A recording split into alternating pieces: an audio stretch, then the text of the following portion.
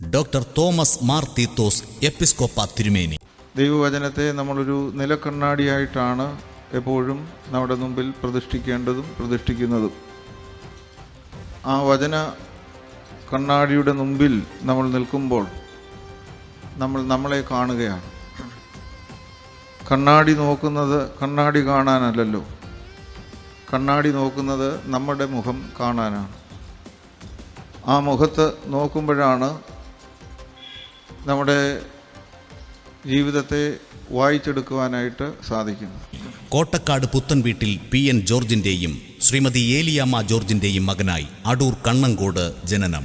വടക്കേടത്തുകാവ് UP school, Adoor government high school എന്നിവിടങ്ങളിലായി പ്രാഥമിക പഠനം. കൊട്ടാരക്കര സെന്റ് ഗ്രിഗോറിയസ് കോളേജിൽ നിന്ന് പ്രീ ഡിഗ്രി. പത്തനംതിട്ട കാതോലിക്കേറ്റ് കോളേജിൽ നിന്ന് BSc ബോട്ടണി ബിരുദം. സോഷ്യോളജിയിൽ ബിരുദാനന്തര ബിരുദം. കൂടാതെ തിയോളജിയിൽ ബിരുദം.